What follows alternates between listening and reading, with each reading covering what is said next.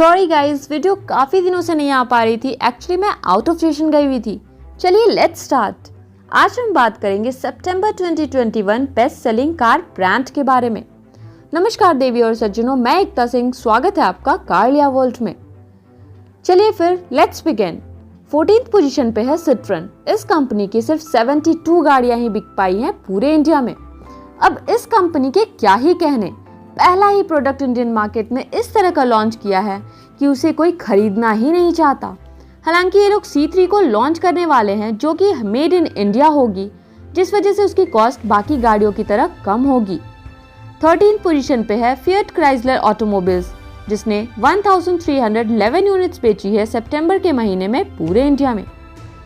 12th position पे है Volkswagen, जिसने 2563 यूनिट्स बेची है पूरे इंडिया में। वॉक्सवैगन अचानक से लगभग पिछले 1.5-2 साल से इंडियन मार्केट पर काफ़ी अच्छा खासा ध्यान दे रहा है। चाहे वो आउटर सेल्स के बारे में बात की जाए या फिर प्रोडक्ट्स को लेकर बात की जाए, एक के बाद एक नई से नई एसयूवीज लॉन्च कर रहा है। फिर वो चाहे इसे इंपोर्ट करनी पड़ रही हो या फिर मेड इन इंडिया बनानी पड़ रही हो। और इसका इफेक्ट देखने को भी मिला है, क्योंकि अगर हम कंपेयर करें सितंबर की सेल्स को लास्ट मंथ की सेल्स से, तो ये लगभग 57% ज़्यादा है। और पिछले साल 2020 के सितंबर से कंपेयर किया जाए तो ये लगभग 27% ज़्यादा है। इतनी सेल्स के साथ वॉक्सवैगन वालों का मार्केट शेयर 0.7% से बढ़कर 1.4% का हो चुका है। अगर ये कंपनी अपनी आउटर सरफेस और मेंटेनेंस कॉस्ट को इम्प्रूव कर लेती है तो ये काफ़ी स्ट्रॉन्ग कंटेंटर निकलकर सामने आ सकती है। 11th पोजीशन पर है निसान, जिसने 2816 यूनिट्स बेची है सितंबर के महीने में पूरे इंडिया में। एक लंबे टाइम के बाद निसान ने एक जबरदस्त गाड़ी मैग्नाइट को लॉन्च करा है, जिसकी वजह से इसकी सेल्स इतना इम्प्रूवमेंट आया है। अगर पिछले साल के सितंबर से कंपेयर किया जाए तो इसकी सेल्स 26% ज़्यादा हुई है। हालांकि पिछले महीने के कंपैरिजन में इसकी सेल्स लगभग 12% कम हुई थी। इतनी सेल्स के साथ इस कंपनी का मार्केट शेयर 1.5% का हो चुका है। 10th पोजीशन पर है स्कोडा। हमेशा आप इस कंपनी को 12th या 13th पोजीशन पर देखा करते थे, लेकिन इस बार ऊपर उठकर ये 10th पोजीशन पर आ गई है। और वजह है स्कोडा की कुशैक, जिसे अभी हाल ही में लॉन्च किया गया था। काफी जबरदस्त रिस्पॉन्स मिला है। हालांकि उस गाड़ी में कुछ दिक्कतें भी निकलकर सामने आ रही है। सितंबर के महीने में कंपनी ने 3027 गाड़ियों को बेचा है पूरे इंडिया में। हालांकि पिछले महीने के कंपैरिजन में इस कंपनी की सेल्स 21% कम हुई है। लेकिन अगर पिछले साल के सितंबर से कंपेयर किया जाए तो इसकी सेल्स 30% ज़्यादा हुई है। और इतनी सेल्स के साथ इस कंपनी का मार्केट शेयर 1.6% का हो चुका है। 9th पोजीशन पर आई है मॉरिस गराजेस, जिसकी 3241 गाड़ियां बिकी है पूरे इंडिया में। जल्दी ही ये कंपनी क्रेटा सेल्टॉस का अपना एक नया प्रोडक्ट लॉन्च करने वाली है, जिसका नाम है एस्टर, जो कि एक काफ़ी एडवांस प्रोडक्ट है फीचर्स के मामले में। ऐसा लगता है कि उस गाड़ी के लॉन्च होने के बाद से इस कंपनी की सेल्स पर काफ़ी असर पड़ेगा। हाल फिलहाल अभी बात की जाए तो पिछले महीने के कंपैरिजन में इस कंपनी की सेल्स लगभग 17% कम हुई है। और इतनी सेल्स के साथ इसका मार्केट शेयर 1.7% का है।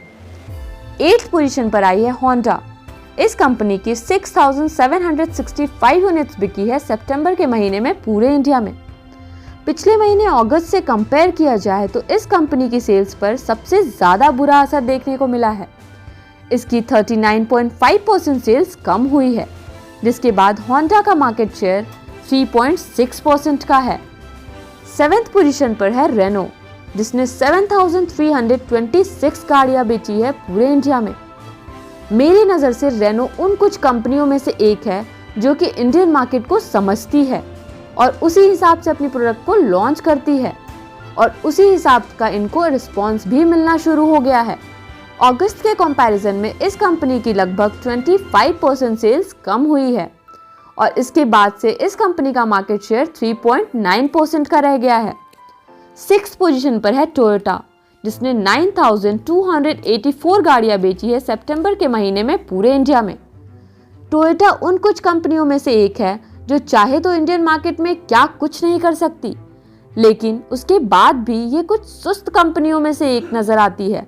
पिछले महीने के कंपैरिजन में इस कंपनी की सेल्स भी लगभग 27% कम हुई है, जिसके बाद इसका मार्केट शेयर 5% का है। इसके बाद 5th पोजीशन पर है महिंद्रा, जिसने 12,863 गाड़ियों को बेचा है सितंबर के महीने में पूरे इंडिया में। महिंद्रा ने काफी लेट कर दिया है हर चीज को, चाहे वो BS4 से BS6 में अपग्रेड करना हो या फिर नए प्रोडक्ट्स को लॉन्च करना हो।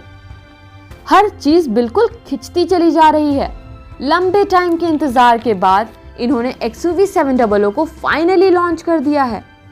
जिस हिसाब से इन्होंने XUV 700 को लॉन्च किया है, मुझे लगता है कि नेक्स्ट जनरेशन स्कॉर्पियो अगले साल के आखिर तक आ पाएगी। रही बात मार्केट शेयर की, तो महिंद्रा का मार्केट शेयर सितंबर के महीने में 6.9% का है। 4th पोजीशन की बात करते हैं तो हमेशा की तरह किया मोटर्स इस पोजीशन पर बनी हुई है। महिंद्रा काफी लंबे समय से किया के पीछे है, लेकिन उसको पीछे कर ही नहीं पा रही है। सितंबर के महीने में किया ने 14,441 गाड़ियों को बेचा है पूरे इंडिया में। ये कंपनी भी इंडियन मार्केट में कुछ नई गाड़ियां लाने वाली है, जिनमें कुछ MUV है, कुछ SUV है और कुछ इलेक्ट्रिक कार्स भी हैं। सेल्स की बात करें तो पिछले महीने अगस्त के कंपैरिजन में इस कंपनी की 14% सेल्स कम हो पाई है। और रही बात मार्केट शेयर की, तो सितंबर के महीने में इसका मार्केट शेयर 7.8% का रहा है। 3rd पोजीशन पर आई है टाटा मोटर्स, जो लगभग पिछले 1 साल से इस पोजीशन पर अपनी पकड़ बनाई हुई है। किया वालों ने बहुत कोशिश करी, लेकिन टाटा को पीछे नहीं कर पा रही। एक तरफ चिप की कमी से हर किसी के ऊपर देखने को मिलती है, टाटा के सेल्स के ऊपर भी देखने को मिलती है, लेकिन टाटा के ऊपर उतना असर नजर नहीं आता जितना असर बाकी कंपनियों के ऊपर देखने को मिल रहा है। क्योंकि पिछले महीने अगस्त में टाटा ने लगभग 28,000 गाड़ियों को बेचा था, और पिछले साल 2020 के सितंबर की बात की जाए तो टाटा ने लगभग 22,000 गाड़ियों को बेचा था। और इस सितंबर में टाटा की सेल्स है टोटल 25,729। पिछले महीने अगस्त के कंपैरिजन में हर किसी कंपनी की सेल्स कम हुई है। अगर सबसे ज्यादा लॉस की बात की जाए तो होंडा का हुआ है, इसकी 39.9% सेल्स नीचे आ गई है। लेकिन सबसे कम लॉस हुआ है टाटा को, इसकी सेल्स सिर्फ 8.2% ही नीचे आ पाई है। और पिछले साल के सितंबर से कंपेयर किया जाए तो इसकी सेल्स नीचे नहीं आई है, उल्टा 21.4% ज़्यादा हुई है। तो आप देख सकते हो कि टाटा की सेल्स पर चिप की नॉन अवेलेबिलिटी का असर तो पड़ा ही है, लेकिन उतना नहीं जितना बाकी कंपनियों पर पड़ रहा है। मार्केट शेयर की बात करें तो टाटा का मार्केट शेयर 39.9% का हो चुका है, जो कि किसी समय पर 4, 5 या 6% के लगभग में हुआ करता था। आगे बढ़ते हैं और 2nd पोजीशन पर आई है हमेशा की तरह हुंडई, जिसने 33,087 गाड़ियों को बेचा है सितंबर के महीने में पूरे इंडिया में। इस कंपनी का भी काफी तगड़ा नुकसान हुआ है। पिछले महीने अगस्त के कंपैरिजन में इसकी सेल्स लगभग 30% नीचे आ गई है, और पिछले साल के सितंबर के कंपैरिजन में इसकी सेल्स लगभग 35% नीचे आ गई है। सेल्स इतनी कम हो चुकी है कि टाटा और हुंडई के बीच में सिर्फ 8,000 का ही अंतर रह गया है। टाटा जल्द ही अपनी एक माइक्रो SUV को लॉन्च करने वाली है। उसके बाद हो सकता है टाटा और हुंडई में टक्कर चलने लगे।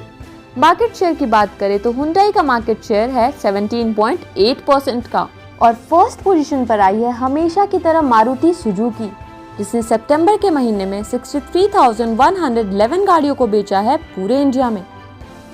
यार, मारुति की सेल्स इतनी नीचे कैसे आ गई? असल में मारुति ने सितंबर के पहले ही ऑफिशियली अनाउंस कर दिया था कि चिप की यूनिवर्सल कमी के चलते सितंबर के महीने में ये अपना प्रोडक्शन 60% कम करने वाली है। यही वजह है कि मारुति की सेल्स इतनी कम हो पाई है। हालांकि मारुति ने वापस से ऑफिशियली अनाउंस किया है कि अक्टूबर के महीने में ये अपनी प्रोडक्शन को वापस से इंक्रीज करने वाली है। हाल फिलहाल सितंबर की बात की जाए तो मारुति का मार्केट शेयर 34% का रह गया है, जो कि एक टाइम पर 50% का हुआ करता था। अगर ये इन्फॉर्मेशन आपको अच्छी लगे तो प्लीज चैनल को सपोर्ट करें। अगर आप कार लिया वर्ल्ड को फॉलो करना चाहते हैं तो मैंने फेसबुक और इंस्टाग्राम की लिंक डिस्क्रिप्शन में डाल दी है। Thank you so much people for watching this video. Be safe.